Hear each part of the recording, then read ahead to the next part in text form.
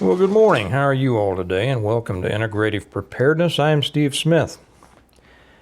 Have you given much thought to rebuilding after a collapse? That's what I want to talk about today. A lot of people talk about collapse. Just the last one that I did was about collapse.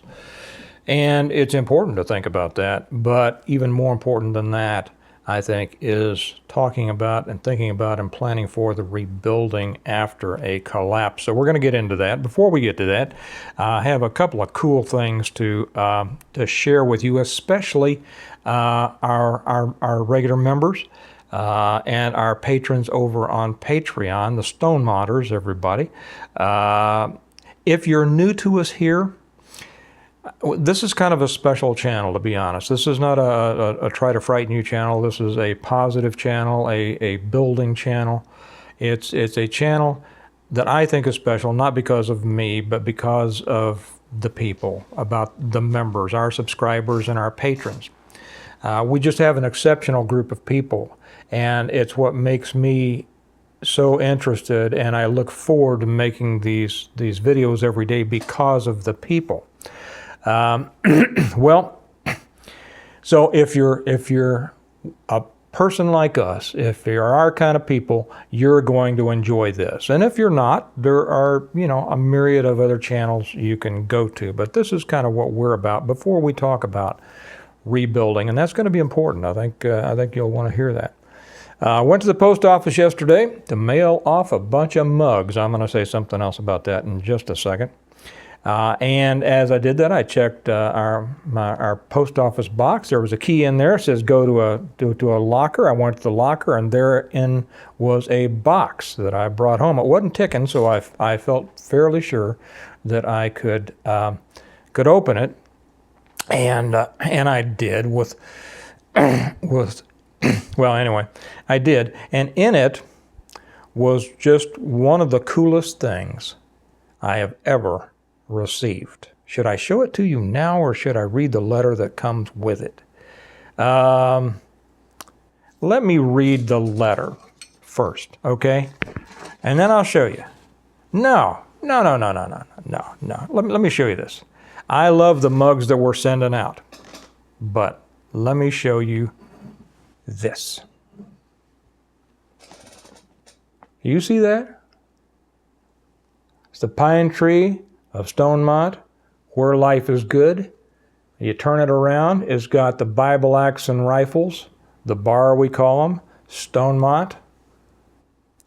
If you look at the handle, Semper Paratus, meaning always ready or always prepared. And I love this mug. I can't tell you. When I opened it, and Kelly was here too, I just stared at it. I couldn't stop staring at it for a long time. I called the kids in. Kids, come here, look at this. You can't believe there's more to it than this. So hang on. And now there's another cooler part to it that I'll show you in a second, but I want to read you a little bit about the letter. This is from Bob Jones, and when some of you know him, you should know him from YouTube. And when I saw the return address, it said from the Harry Potter, Harry, Haire.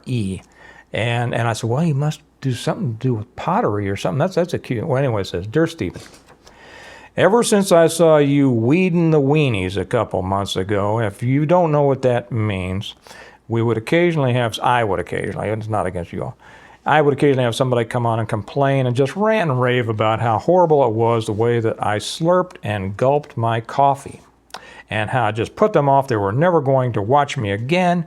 And I would always say, my gosh, how are you going to deal with the end of the world if you can't take somebody gulping their coffee, right? So it became kind of a joke. And I would say for a while, weeding the weenies, let me take a big gulp, and I would gulp in an exaggerated way to get rid of all those people, right? So he says, ever since I saw you weeding the weenies a couple of months ago, I have been urging my wonderful wife, boy, what a great guy. They have a wonderful marriage. My wonderful wife, with her hobby pottery business, to hand make you a mug optimally suited for weeding those complaining weenies. I know so many of you out there, you're just laughing right now. Don't worry, I'm going to put it to use in just a second. You're going to watch it in action. Okay. After sourcing several graphics from your Stonemont.us website for her, I gave her creative license to come up with the final design. I realize you now sell your own mug designs, but if you see any ideas from the mug my wife made, please feel free to add those ideas to your own mug line. No credit to myself or wife required. Well, I'm giving you credit right now, Bob. Well, that's not his real name. I know his real name, but he goes by Bob Jones. You and your books have, well, that's kind of personal, so that's very nice stuff that he said. And then down at the bottom, which you will see, he says, check out the bottom of the mug. It's my favorite part. Okay, can you all see that? Whedon the Weenies. Okay, I'm going to put that to use in just a second. You're going to see me weed the weenies in a moment. He says, also enclosed, you will see a couple of Christmas ornaments my wife decided to make for you and Kelly. If you're new to us, Kelly is my wife. She's also a character in my books. I hope you like them and everything makes it to you in one piece. God bless you and your family, and Bob, God bless you and your family too. Now I want to show you these things. These. First one. Christmas ornament. And for those of you who don't know, we are all about Christmas. We have a Christmas business. We set up 20 full-size Christmas trees in the house for Christmas season. I mean, we're all we're really something about it. So we just love this where life is good. It has the pine tree for Stonemont and all that. And if you can see up here, it has a beautiful cross. And then there's a second one. But wait, there's more. And here's the second one. It has the Stonemont pine tree, Semper Paratus, always ready. Where life is good, always ready. And the fish symbol with Jesus in it. And Jesus is. We set up Christmas trees. We are not worshiping pagan gods. We're worshiping and recognizing the birth of our Savior, Jesus Christ. Isn't that beautiful? There is no way Bob and Mrs. Jones, although that's not their real last name, there is no way I can thank you enough for that. No way I can thank you enough. This is going to be, and I have received other things from viewers and things, all of which are so meaningful, and I'm so grateful for it. That's what makes this channel special for any of you new people who are, if there's anybody out there going, well, this is boring, somebody did something nice for somebody. Settle down, man, because you know what? Preparedness is about people, and so is what I'm about to talk about when we get to it in a minute. But this is just, I don't have the words. I know I talk a lot, but I don't have the words, even though I'm a writer, to express my thanks to you or my feelings about that. Now, I have poured the remainder of my coffee from my Stonemont, from the one that I put out, to the new Stonemont Mug. And I'm going, let's weed the weenies together, right? As I raise this up, the weenies are going to be able to see the message on the bottom. Let me see if I can slurp loud enough.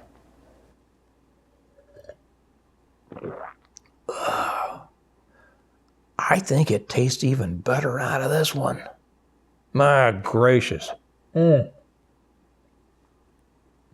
How beautiful, how beautiful. I consider myself so fortunate, as I have all of my life, with the people that the Lord has brought into my life, and that is just so wonderful. Thank you all so much. Thank you all so much. A couple of other things before we move on. About the mugs. By the way, I've received a couple of messages. People got the America Needs a Reversion mugs in the mail. They received them, and they had broken handles. I didn't know that the post office was going to kick them around the place like a soccer ball.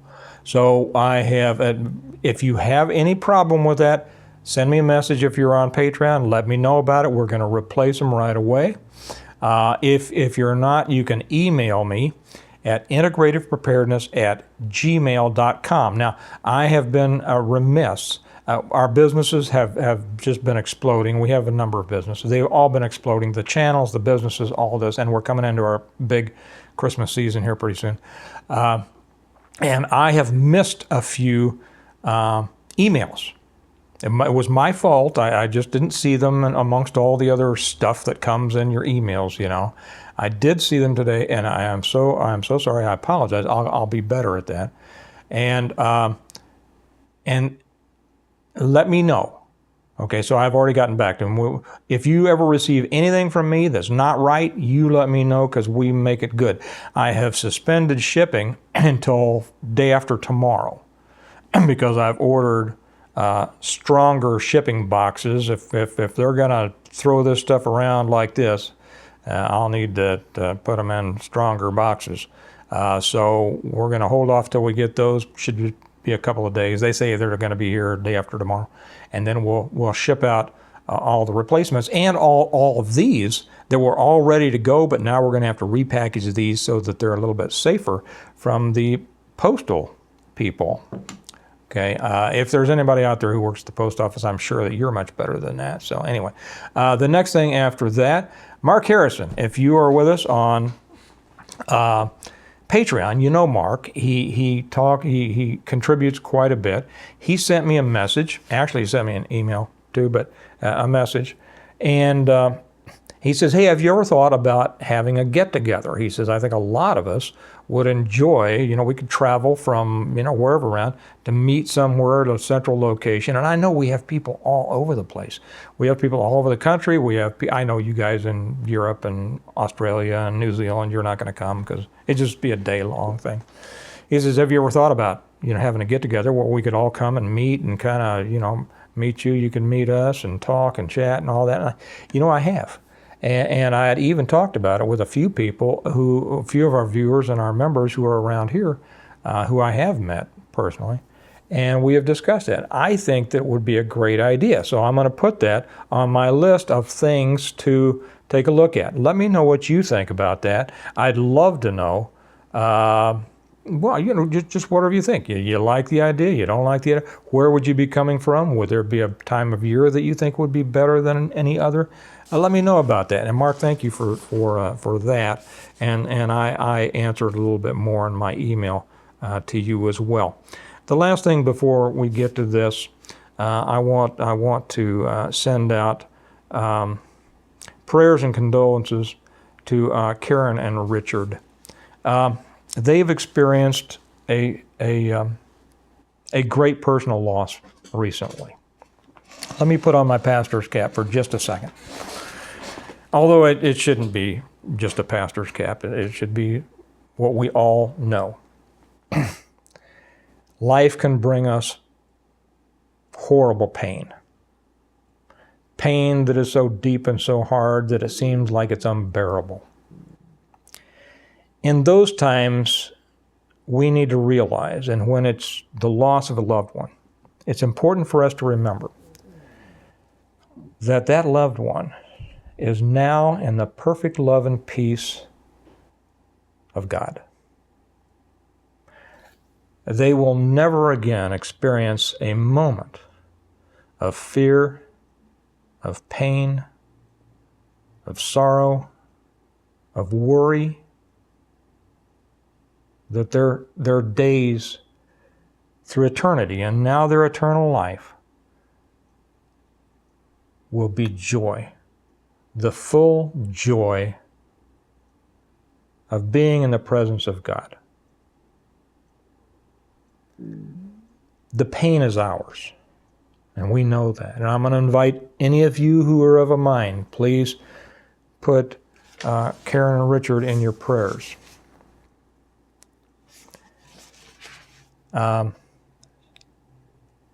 It's important for us to remember that no matter how much pain we're going through, our faith and our knowledge of the transcendent grace of Jesus Christ and the promise is the knowledge, the hope that we have. And just as our loved one is now in that eternal peace and love, we can go to the Father, ask Him to console us, to fill us with His peace and love, and He will. And it isn't instantaneous, but His love and peace will fill us until we have, as it says, a peace that surpasses all understanding.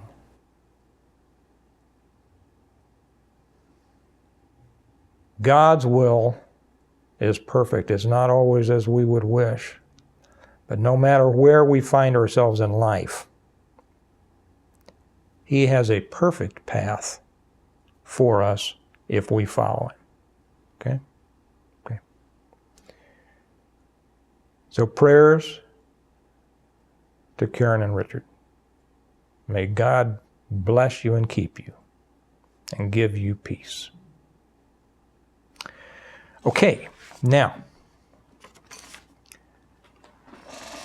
are you ready? Are you ready to rebuild after a collapse? That's the question. A lot of people think about the collapse. They think about preparing for the collapse. They think about, food, water, medications, defense, shelter, all of those things. But so often, that's where it stops. It's almost as, well, okay, we have survived the collapse. Good deal, right? But what after? What after that? When I wrote my books, I wrote them because I had read a couple of other books about it, and I saw the kind of thinking that was going on in the preparedness community. I said, well, the problem that I see here is that it's all about the problems. And I won't say that it's not about solutions. It was all more about, shall I say, reactions to the problems, rather than a determined, conscious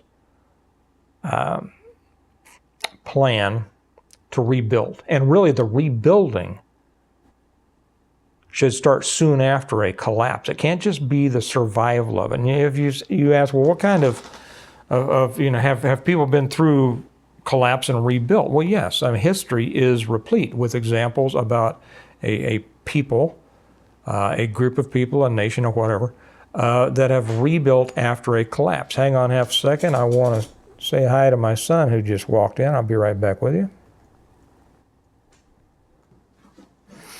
Okay, I kind of have a rule that when any of my kids come home, I stop and talk with them for a minute. But like I said, history is replete with those examples. You can look at our own, the starting of our own country. You can say, well, that wasn't a total collapse. They didn't rebuild. Yes, they did. I mean, they separated from everything that had allowed their communities to function. Separating from Great Britain, they separated from the monetary system. They've separated from the financial system. They've separated from the defense. They separated from pretty much everything, and they had to rebuild. They separated from the way of government. So they had to figure out a way to rebuild properly out of all of that. Now, ask yourself, do you have what it takes, the supplies, the materials, right, the knowledge, and the people to rebuild? Because so often the knowledge rests in the people, right? When I wrote my books, I'll show them to you here. If you're not familiar with it, if you're not familiar with the Stonemont series, I am the author of the Stonemont series. And it is a complete guide to preparing for, surviving, and rebuilding after a total collapse of everything. It's the reversion, the revival, the renewal, and appeal to heaven, the blessings of freedom, and hostages to fortune. And the first one came out in 2017. It is, like I say, the complete plan, but contained within 6 novels that if you haven't read them, you'll like them. And if you haven't read them, I suggest if you're serious about preparedness, reading them might be the next best thing for you to do. They're available on Amazon or directly through our website, stonemont.us. I always put the links down below. One more. Oh, we have our tornado siren testing out there, and my dog always howls at it. We can last through that. But in here, and from the very first chapter, the idea is not just to survive, or maybe the second chapter, not just to survive, but to rebuild, because it's only by rebuilding a community, a society, that you provide those things that people really need: the safety, the security, the interrelated services. Okay, but you know, the main character that you meet in the first page is Jim Wyatt. He is the patron, as it were, of Stonemont. It's his family home that, as a result of their preparedness, not only were they able to survive well, but they were able to help other people, and then other people were drawn to them, and from that develops a community, the Stonemont community. But you know, Jim Wyatt didn't know everything in the world. He didn't know anything. But he had people, and the proper use of people, not using them like I'm going to use you, but having the right people contributing is what really starts the rebuilding. He wasn't an engineer, but they happened to have an engineer. They had other people come to them with different skills. And then as they sat down, they said, you know, there's a lot of people out there that are going to need help. And here's another thing that I always stress. You know, when everything falls apart, there's far too many people in the preparedness community that are really, to be honest, all about them. All about them and to heck with everybody else. You know, that's a bad way to be, I'll be real honest. It's the wrong way to be in life now, and it's the wrong way to be in life afterwards, because it's the short road to failure. And being there for other people and being there to help other people, and it doesn't mean that you're stupid. It doesn't mean that you're naive and just accept anybody coming in, because discernment and wisdom are a great part of this. Being able to deal with people. Your social skills, another thing that a lot of preppers are very short on and don't want any part of. I don't like people. I don't want to. You're shooting yourself in the foot, because if you don't like people, they probably don't like you. You're going to be out there trying to make it on your own, and that's a hard row to hoe. And probably a very short row. But he, as they discussed, they said, we need to help people. And we need to find those people as they come in, that we're able, because of our preparedness, to sustain them.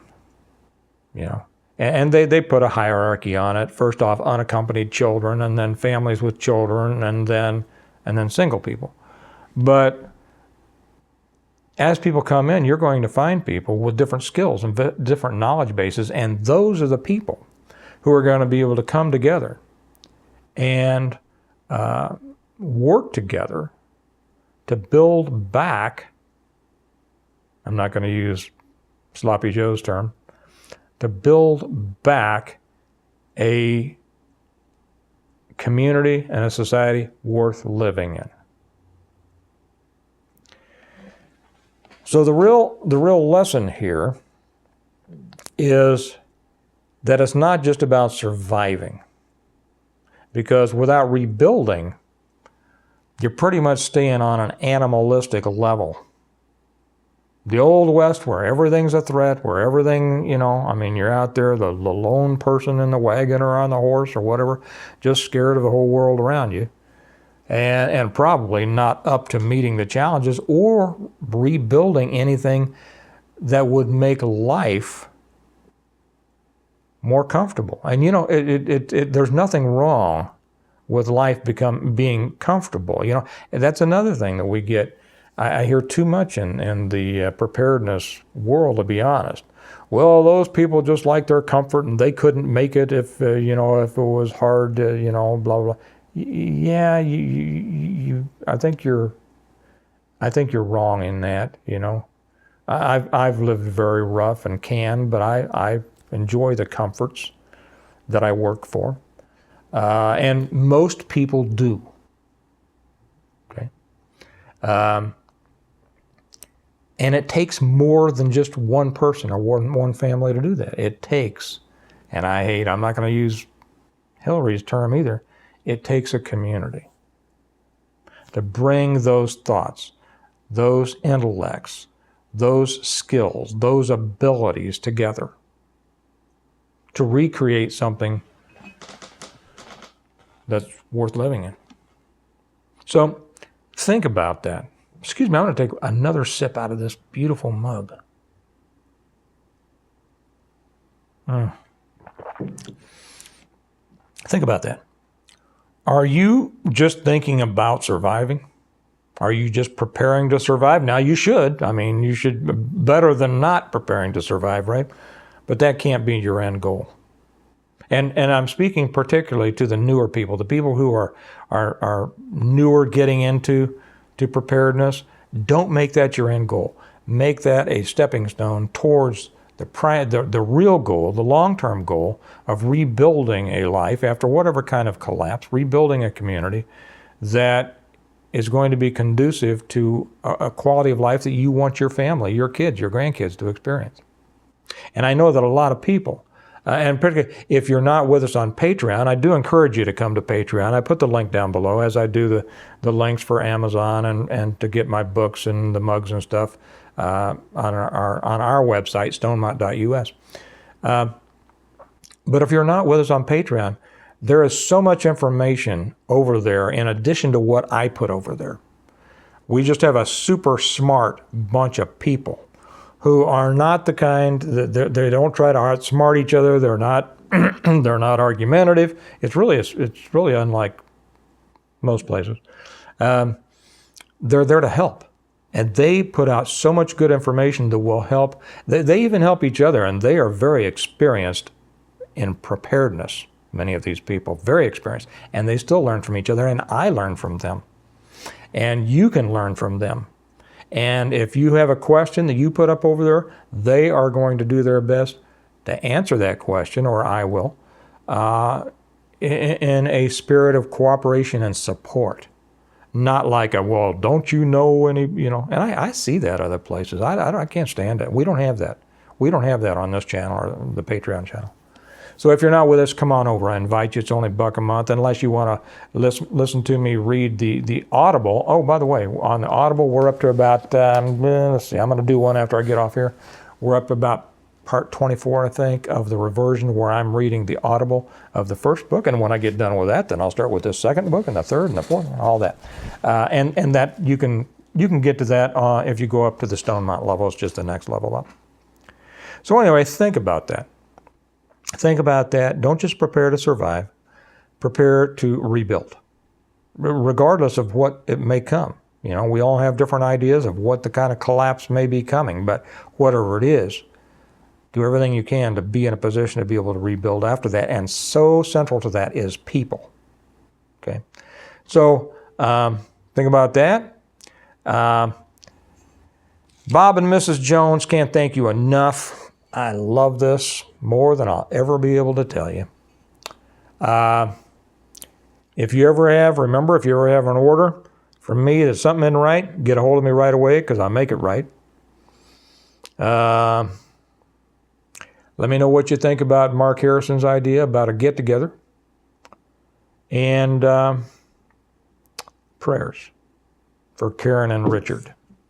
God is with you, and so are our thoughts and prayers. Remember that we prepare well today in order to live well tomorrow. We're going to live as well tomorrow as we prepare today. You all have a good day, and I'll talk to you later. Bye-bye.